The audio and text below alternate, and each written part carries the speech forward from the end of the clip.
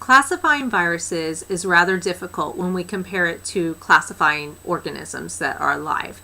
And the reason for this is that we don't have fossils of ancestors that we can really compare the present day viruses to. So we can't collect fossils of viruses and look at morphology of their ancestors. We also can't look at the nucleic acids, the DNA and the RNA that was present in their ancestors and compare that to what we have today.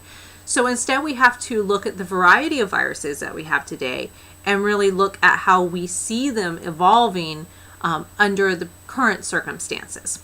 So using this information, there are a number of different things that researchers do look at as they put them into different groups for classification purposes. So one of the things that they're looking at is certainly going to be the genome structure and the core of the virus itself. And so by genome structure, we're talking about, again, the DNA or the RNA. And we're looking at that, and we're looking at, is it double-stranded? Is it single-stranded? We're looking at the shape of the molecule. Is it linear? Is it circular?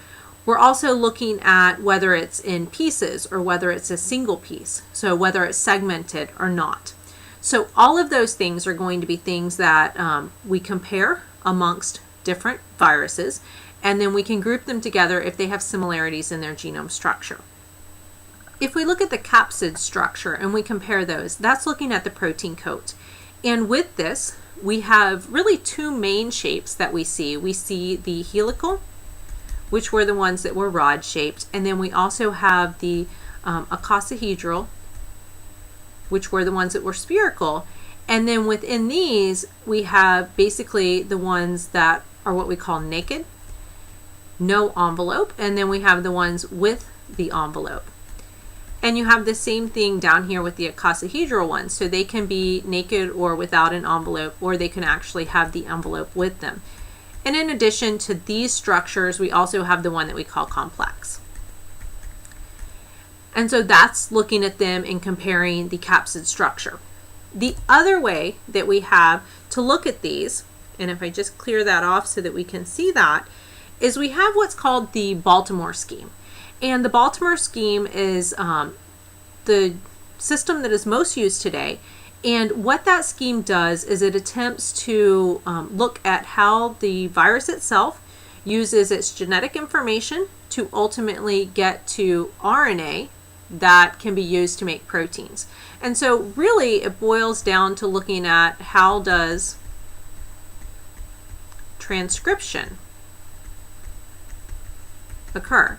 And this is going to be a little bit different depending on whether we have a DNA base or whether we are starting off with an RNA base, whether that RNA happens to be single-stranded or double-stranded. So because we have a lot of variety to the nucleic acids that we have in the core, we do have a variety as far as how the transcription process is actually going to take place. So if we look at just some possibilities here, when you use the Baltimore scheme, we do end up with 7 different groups of viruses. And again, it really all goes back to what their nucleic acid structure is and what they're going to have to do to get to mRNA that could then be used by the host cell to get the proteins that they need produced. We have a brief look at them here. Group 1 has double-stranded DNA. So that's what we're seeing right here. So this is double-stranded, so that's what my DS is going to stand for. And so that one would just work the typical way that we're used to. We would have normal transcription take place with an RNA polymerase that's going to make the mRNA, which could then be used by a ribosome to make protein. Group 2, we have single-stranded DNA, so just one strand. And the first thing that has to happen with that is that we have to have a second strand of DNA made so that we will have double-stranded DNA for our RNA to be made from. Group 3 has double-stranded RNA, and that one is going to get transcribed directly into mRNA. And then the group 4 and the group 5, the difference between these, they are both single-stranded, but the strands run in opposite directions or opposite polarities. So with both of them, we have to first convert it into double-stranded RNA so that we can get the proper template copy that we need to make the mRNA molecule. And then we have a couple other groups down here. With these, it's a little more complicated because both of these do what we call reverse transcription. And what reverse transcription is, if I just write it up here, this is when we take RNA and we actually convert that into DNA. And that's something that you don't see happen typically inside of a cell. And because of that, the viruses have to carry the information for this very important enzyme that's going to be able to do that conversion. And so that's reverse transcriptase. That's not an enzyme that we would find in the host cell. All of the other groups that we're seeing on here, they're really using RNA polymerase, and RNA polymerase is something that they could kind of borrow from the host. Right, so that's a look at classification. Again, classification gets a little complicated because we have so much variety there, and it's just really hard to study them because we don't have those ancestors to look at. So we cannot really classify them using that same kind of focus on ancestors that we use for other organisms. If we talk about the virus infection process, viruses, they require a host. And so we do consider them to be parasites. And as parasites, what they are going to do is they are going to attach in some way to a host cell. And then when they attach to that host cell, some of them will actually go all the way inside. Some of them will insert part of themselves inside. But in any case, some, at least, of the virus particle must enter the cell. And then once it's in the cell, it's going to have to have the cell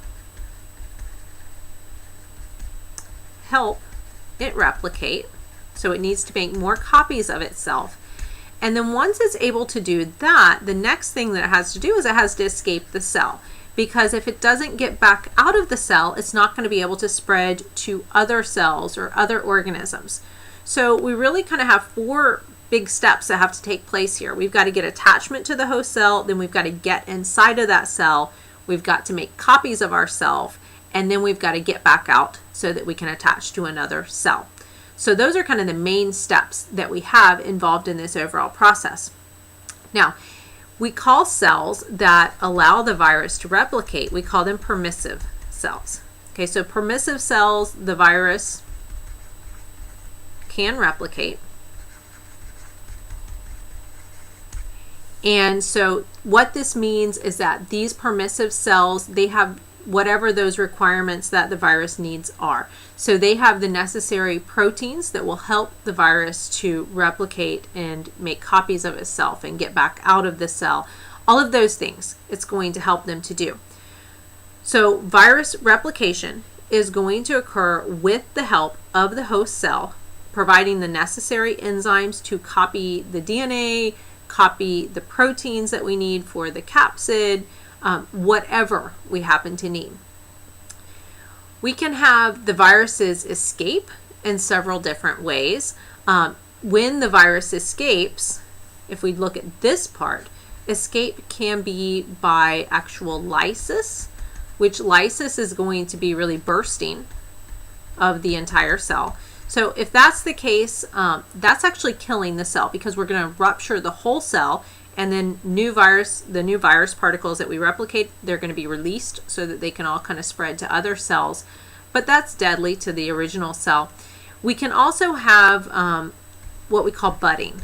And budding is what you see happening in this image that we have right here. And so if you look at these little guys, they're kind of budding right off the surface, and then they can float away and they could attach to a nearby cell. And in this case, we still have that original host cell alive, where some particles can stay inside of that and continue to survive and utilize the machinery of that particular cell. So here we have just another walkthrough of the various steps of virus infection. We've got to get attachment. For this attachment to occur, typically there must be specific proteins on the surface. So specific proteins or you could call them receptors. And this would be on the surface of the host cell. So all viruses do not infect all cell types, and that's why there are specific viruses that infect plants, there are specific viruses that infect animal cells, and vice versa. And a lot of that has to do with this kind of matchup between the surface proteins on the cells. And so the first step is attachment, and once we get the attachment, then we have entry. In some cases, it's going to be a partial entry of the virus. And so by partial entry, sometimes the virus attaches and maybe just inserts its nucleic acid. In other cases, it could be a complete entry where the entire virus gets taken in. And this could be something like an endocytosis, where if we're talking about endocytosis, if this is my cell, it's going to kind of bud in, and here would be my little virus particle, and maybe it ends up actually taking that and just completely engulfing it so that we would have little virus particle inside, such as this. So that could be another way that it's actually going to get inside. As far as the replication and assembly, the replication is going to vary depending on which one of the groups we're talking about, if we think back to that Baltimore scheme of classification. But the idea is that we use the host's proteins and enzymes to make more nucleic acid, to make more of the capsid proteins, and if need be, more of the envelope. So we're also going to get assembled back together inside the cell. And then the last step is the egress, which is where we're actually going to escape. So the escaping is important if there is going to be a spread of infection. If we're looking at types of viruses, bacteriophage are viruses that infect bacteria. So even bacteria have viruses that infect them. And these bacteriophage typically have that head and tail structure. And you can see that up in the top corner here. So these are like a little kind of tripod, typically. They have little prongs on the bottom. And so here would be our head. And then this portion here would all be what we would call the tail. And with this, typically the nucleic acid is up here in the head. And then this bottom part is more for attachment purposes and then inserting into the host cell. So with these, they do tend to insert into the host cell. So if we look at this, here we can see a couple examples of how this is going to occur. So notice here, this would be kind of the start of the infection where you actually have a bacteriophage that attaches to the host cell. This would be because there is going to be some type of a match between the surface of that cell and the bacteriophage itself. Once it attaches, right here, this is where we're actually inserting the DNA or the nucleic acid. So notice that now we've got the nucleic acid, which is inside. And then what that does is it can actually insert, as you see here, into the bacterial chromosome. And in that case, nothing is really happening there. In other words, we're not making any of the virus particles at the moment. But then, if there is some particular signal in the environment, what can happen is that the cell will be stimulated to produce a lot of produce a lot of virus particles. So this means that the cell is going to be producing the nucleic acid that is needed. It's also going to be producing the protein that is needed. And then it's going to assemble those into virus particles. And when there gets to be a certain population of them, then we're going to have the lysis process. So here we see the lysis happening. This is where that cell itself is going to rupture. It's going to contain tons of little virus particles inside. Those virus particles would all be released into the environment, and they could then attach to other neighboring or nearby cells. So that's just a couple ways that the bacteriophage can function. So we can have where it just kind of lies kind of latent or dormant. So latent means the same thing as dormant. So it's there, there's an infection there, but we're not really seeing anything, any effects. And then we also have where it's just kind of madly replicating and we actually end up with cell death ultimately.